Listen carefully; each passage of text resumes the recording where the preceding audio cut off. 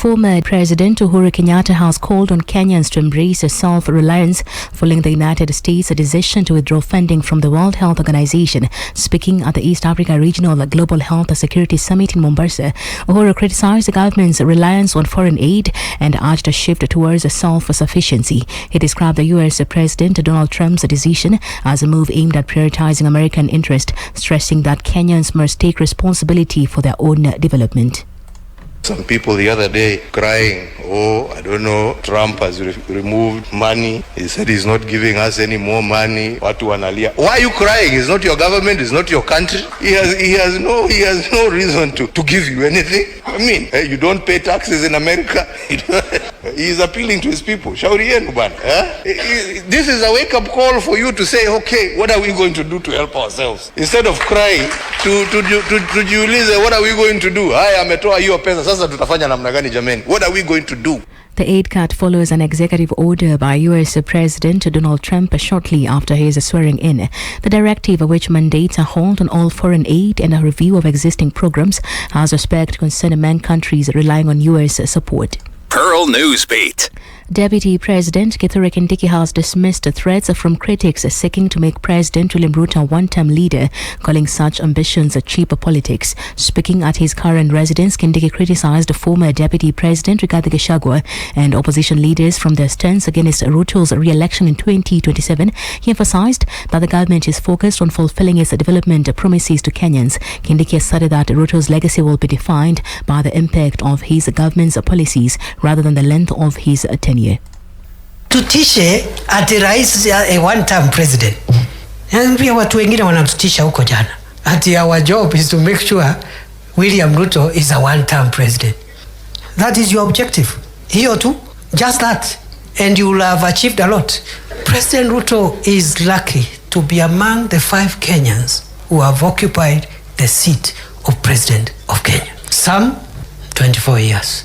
Others 10 years. If he gets 5, so be it.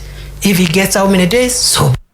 A petitioner, Dr. Magare Gikenyi, has sued the Kenya National Examination Council over the July 2025 Kenya Certificate of Secondary Education examination, citing a violation of a student's rights. In his application, Dr. Gikenyi warns the test halted as they were introduced without a public participation. He alleged that no stakeholders were involved in the process.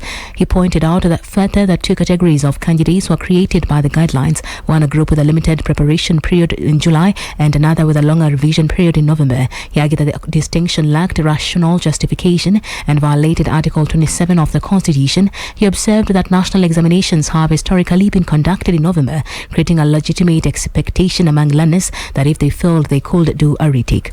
Pearl Newsbeat. The Independent Policing Oversight Authority has accused the National Police Service of frustrating the investigations into cases of abduction allegedly perpetrated by police officers. IPOA says the inquiry to the Inspector General of Police to provide details of suspected officers has fallen on deaf ears, delaying hundreds of families' justice following the disappearance of murder of their loved ones. IPOA Chairperson Isaac Hassan has said that while many Kenyans suspect police involvement in these abductions, it remains challenging to verify such claims. Now when you have got people who are in hoods with fake number plates who are abducting people and then they take them not to a police station but to a different place, these are issues that even the police must investigate. But so far we as IPOA, we saw the reports in the media. We sent our staff to Nairobi and Embu, and Nakuru, where there were reported abductions. And when they came back here, they said we have a report that police were not involved. So we will wait for the IG to give a full report on that. The Director General of IPOA, Halima Halaki, has confirmed that the several files from cases including from Embu, Kajiado and Nairobi have been forwarded to the Office of the Director of Public Prosecution and have opened cases in the courts. The move by the agency follows a public outcry of rising abduction incidents, particularly of young Kenyans, these past few months. The investigations are ongoing. As you are aware, this is a matter which is also being canvassed in court, and we have already clearly went even to court and presented the preliminary findings from our investigation. The government spokesperson Isaac Mora has called on livestock farmers to vaccinate their cattle, emphasizing that the move is in their best interest. Speaking during his weekly briefing, Mora highlighted the importance of the vaccination in safeguarding livestock health and improving productivity. Mora reiterated that the government is committed to supporting the agriculture sector, stressing that livestock vaccination is critical for the country's economy and food security. Outputs have stimulated the economy, thus creating millions of jobs and promoting inclusive development through addressing critical challenges.